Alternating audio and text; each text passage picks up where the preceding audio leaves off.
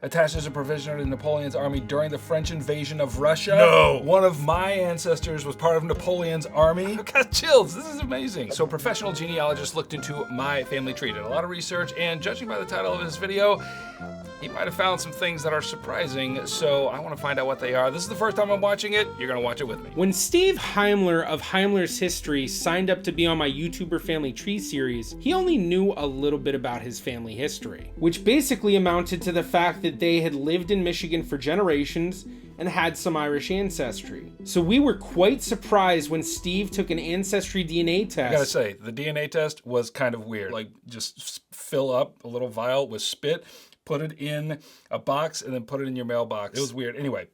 And had a significant amount of unexpected DNA. Where did it come from? After discovering this, my main goal was to identify Steve's ancestors connected to this surprise DNA and then uncover their story. And what I uncovered was quite amazing. Oh my gosh, okay, this is, I'm getting a little sweaty right now. Hello everybody, I am Jarrett Ross, the Genie Vlogger, and on today's video, I will be discussing the story of Steve Heimler's Jewish ancestry.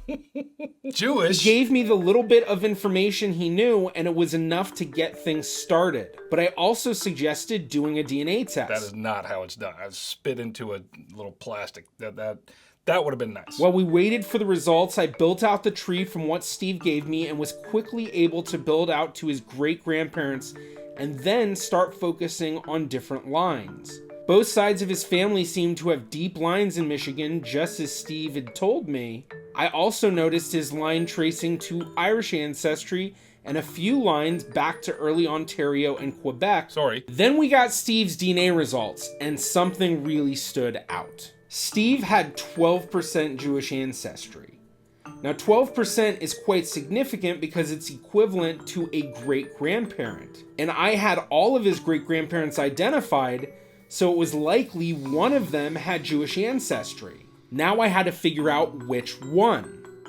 At this point in researching Steve's family tree, I had only worked on half the lines in depth, but I could easily rule those out. One great-grandparent had German Catholic roots, another great-grandparent had Dutch roots, and two great-grandparents had Irish roots. I've got chills right now. I've got chills. This is amazing. German Catholic, Dutch, and we're looking for a Jewish ancestor. What? Wow. Okay. So that left four great-grandparents who might be Jewish. So I started with the great-grandparents on his paternal side. Arthur Stephen Wozniak was born in 1917 to Frank Wozniak and Helena Cegielska.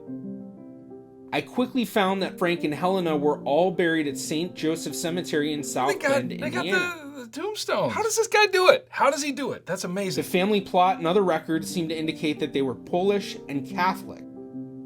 There were a few relatives who were DNA matches to Steve who were related through Frank's siblings, and a few through Helena's siblings, which allowed me to correlate whether or not there was Jewish ancestry here. There were no confirmed DNA matches that I could find through this side of the family, so I wasn't able to correlate whether or not there was Jewish readings in the DNA, but it seemed very unlikely that this part of the family was Jewish. So then I turned to the parents of Steve's maternal grandfather, Sheldon Robert Franks.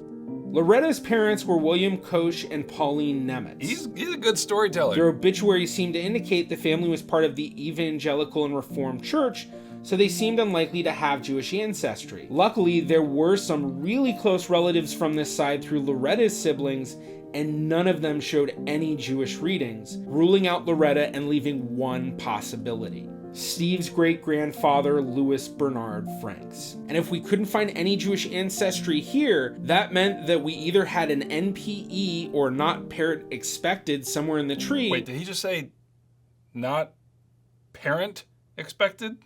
I might have a different parent than I thought. I'm not sure I want to continue with this. So I turned to the main sources I'd been using in this research: death records and obituaries. I quickly found Lewis's obituary, and there it stated that Lewis's funeral was officiated by a rabbi. And so it seemed we had found our likely Jewish ancestor. Lewis was born in Michigan in 1904 to Sidney Frank and Jenny Rich. Lewis was the youngest of his siblings, and a look at the 1910 census shows he was the only one of his siblings to be born in the US. Lewis worked most of his life in the factories around Detroit, having seemed to start in auto factories but then moving on to paper factories. Lewis's World War II draft record from 1940 showed that he was working for the Heidendaus Paper Company, which had opened a factory in Detroit just a year prior in 1939.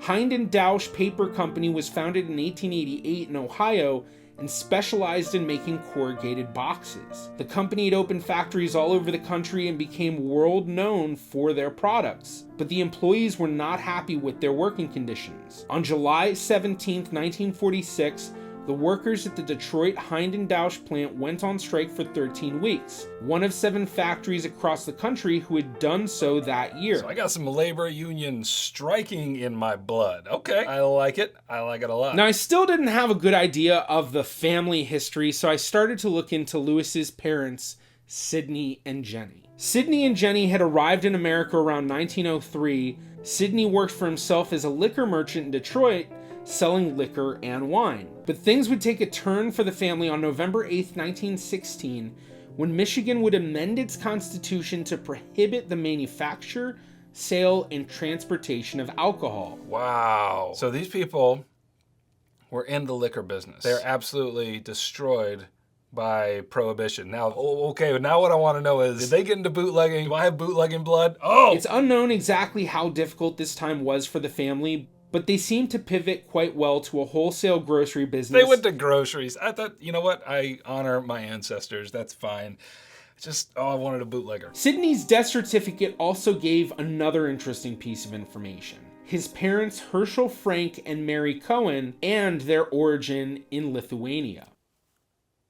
Lithuania? All I've ever known about my family history is that we are Irish. And then Heimler sounds really German, so assuming that there was German in there as well.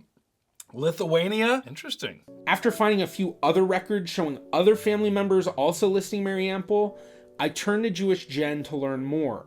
Utilizing a lot of the Litvox Sig databases, I was able to build out a fairly extensive family tree and actually find out a good bit of information on the family. Sidney's father, Hirsch, was also known as Hirsch Naphtali Frank. Gosh, this is unexpectedly moving me. Something about feeling more rooted in this world, knowing where I came from. I was expecting to do kind of like a funny reacts video, but man.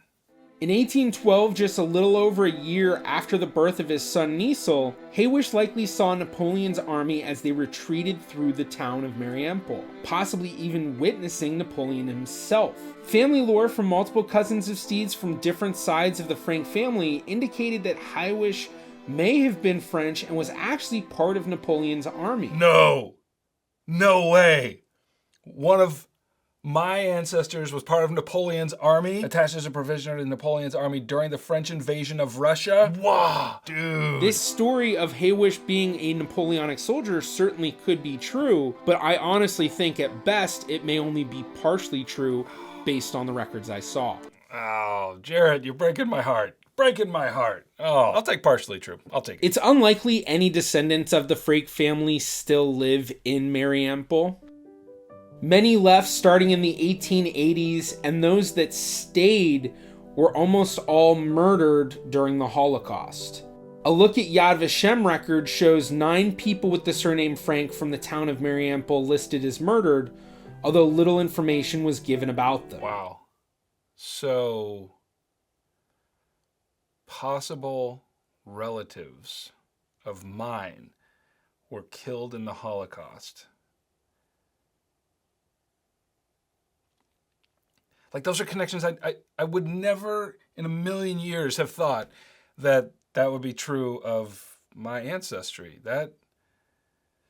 It is likely most of them were killed on September 1st, 1941, when over 5,000 people from Mariampol were murdered by the Eisenstadt's commando troops under Karl Jaeger. All but 100 of those murdered that day were Jewish. The town is listed amongst the famous Jaeger Report, a detailed report by Karl Jaeger showing the number of people murdered by his troops from July to November of 1941. The Germans had entered Mariupol in July of 1941 and had already murdered a few hundred people in town throughout July of 1941 before their mass execution of the townspeople on September 1st. One cousin of Steve's who I actually got in touch with ended up sending me a family tree that had been created in 1960. This tree traced the family back to Hamish Frank and correlated with pretty much everything that I had found using the paper trail. This old tree even mentioned Hamish being a Napoleonic soldier. Wow, this is crazy. His research, what he just did, based on that little scrap that I gave him, it's like, I think they were born in Michigan or whatever. And he built this whole thing out. He created this entire story, and that was confirmed by a family tree that was created by somebody in my family.